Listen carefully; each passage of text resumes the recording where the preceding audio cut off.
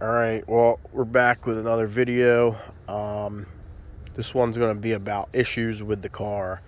Um, there's been a few issues, nothing that stops it from driving, but certain things that you wouldn't think the car would have.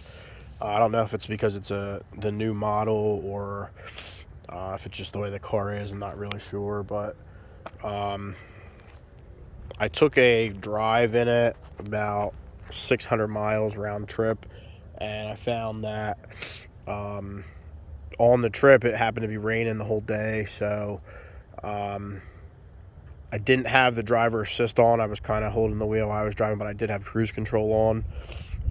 And as I was driving, it wasn't, the roads weren't dirty. There was no salt on the roads or anything like that. It was just kind of raining normal.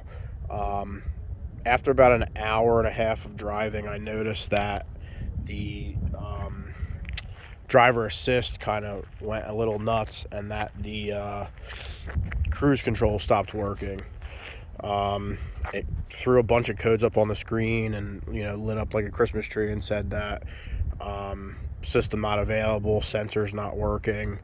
So I took it off of cruise control, and for I would say about a good hour that happened. And then I tried it again and it worked. And then, about an hour later, the same thing happened. Same conditions. It was still raining, things like that. So I don't know if it's something to do with because of the rain, too much water on the sensors, or I'm not really too sure. What the car really, by the time I got home and looked, the car really wasn't too dirty. Just a little bit of dirt on the sides. The front really wasn't too bad. So I don't think it was dirt. I don't know if it maybe from the water. Um, that's kind of one of the bigger issues when you're driving. You kind of, I guess, don't use cruise control in heavy rain. I guess that's the only way. The other thing is, too, I noticed here where I live, it gets really cold in the wintertime. So about a month or two ago, it was probably, I think it was like a little under 20, maybe 15 degrees. And I went to get in the car for work. And I noticed the screens were kind of like frozen. The car worked fine, everything started up fine, no problems that way, but the technology part of the car didn't really seem to want to work too well. You would touch a button on the screen and it would take probably a good 5 minutes before it actually did what you wanted it to do. It probably took, I would say, a good hour of the car running with the heat on before that problem kind of went away. Once again, that could be just something from the heat or from the cold air. A lot of technology doesn't work too good in the cold, so that could be one of the problems. I'm not really too sure. Normal days like today, right now it's 70, so everything works fine. There's no problem. So I'm thinking maybe just something from the cold, which I guess some cars do have, but it's just kind of an inconvenience, I guess.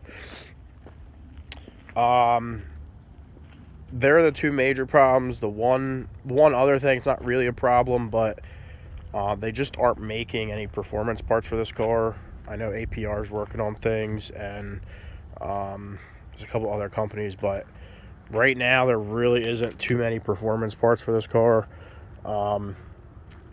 I know APR makes carbon fiber intake that is for the Mark 7s. They do say it fits the Mark 8, but it doesn't fasten down as good as it's supposed to. So that's kind of an issue. But the car is only like 3 months old, so I guess in time they'll be putting out performance stuff. But I know it's kind of been a while since I did a video, but I'm kind of waiting to get performance parts before I make any more videos. One thing I am going to do myself, all this plastic trim up front here, the lip that goes around, not the honeycomb, but like just that edge there, the mirrors, the painted part of the mirrors, and I think the bottom trim there, as well as the trim back here, around the exhaust, all that piece there. I think I'm going to do all of that myself in forged carbon. I'm going to make it. make cast out of the molds with what I got on the car already, and then make my own forged carbon parts. Just because, like I said, there isn't any out there, and I don't know if they're going to make them, and if they do, it's probably going to be a while.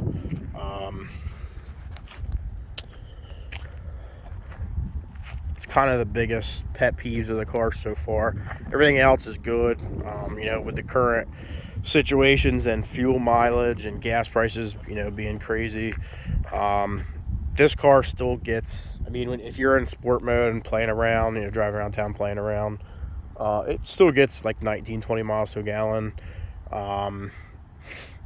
If you're just cruising it, like put it in eco mode or just normal driving, and you're on the highway, you're probably going to get into the mid 30s, close to 40, which is good for now. To fill the car from an empty tank with current gas prices where I am in New Jersey, it's like $4.50, almost $4.70, somewhere around there for premium. So a full tank is a little over $60 right now.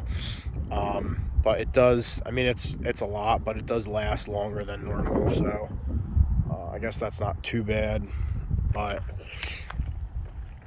for the most part, that's really all. I did find springs and wheels that I think I'm going to order. I also want to get spacers to kind of get rid of the tuck there. I want them to come out and flush, so I think I'm going to do that as well. The inside is kind of the same as it was. Nothing's really changed in there.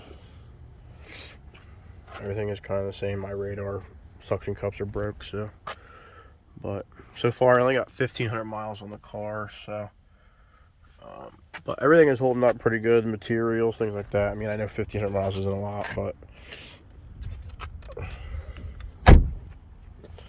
not too bad though. Still a good car for the money. There isn't really a lot of them out right now. I think there was only like 130 for sale in the whole country as of a couple days ago. But I'm sure there'll be more out, so if you're interested in getting one, I would go for it. Or if you can, go for the Golf R, a little bit faster, all-wheel drive, get leather seats, things like that. So but yeah, I just want to do a check-in video. I'm going to try to do exhaust soon, so be on the lookout for that. Like I said, I'm going to do the forged carbon myself. So I'll do a video of taking the parts off and doing the molds and then actually making it. I'll record all that so everybody can see that. Hopefully it goes well. If not, I'll probably have to buy new parts, but whatever. It's worth a try. I was thinking about doing some kind of forged carbon with some kind of red in it, because the GTI has like the red kind of thing going with it. Not sure, like maybe like a red metallic or maybe red flake, something to go in the forged carbon, but I'm going to play with that a little bit and see how that works. But that's all for now. Don't forget to like and subscribe to the video. Subscribe to the channel. There'll be more exciting things coming soon. I'm also in the middle of moving, so there'll be a lot kind of different cars shortly, but just keep an eye out for that. But that's all for now. Thanks for watching.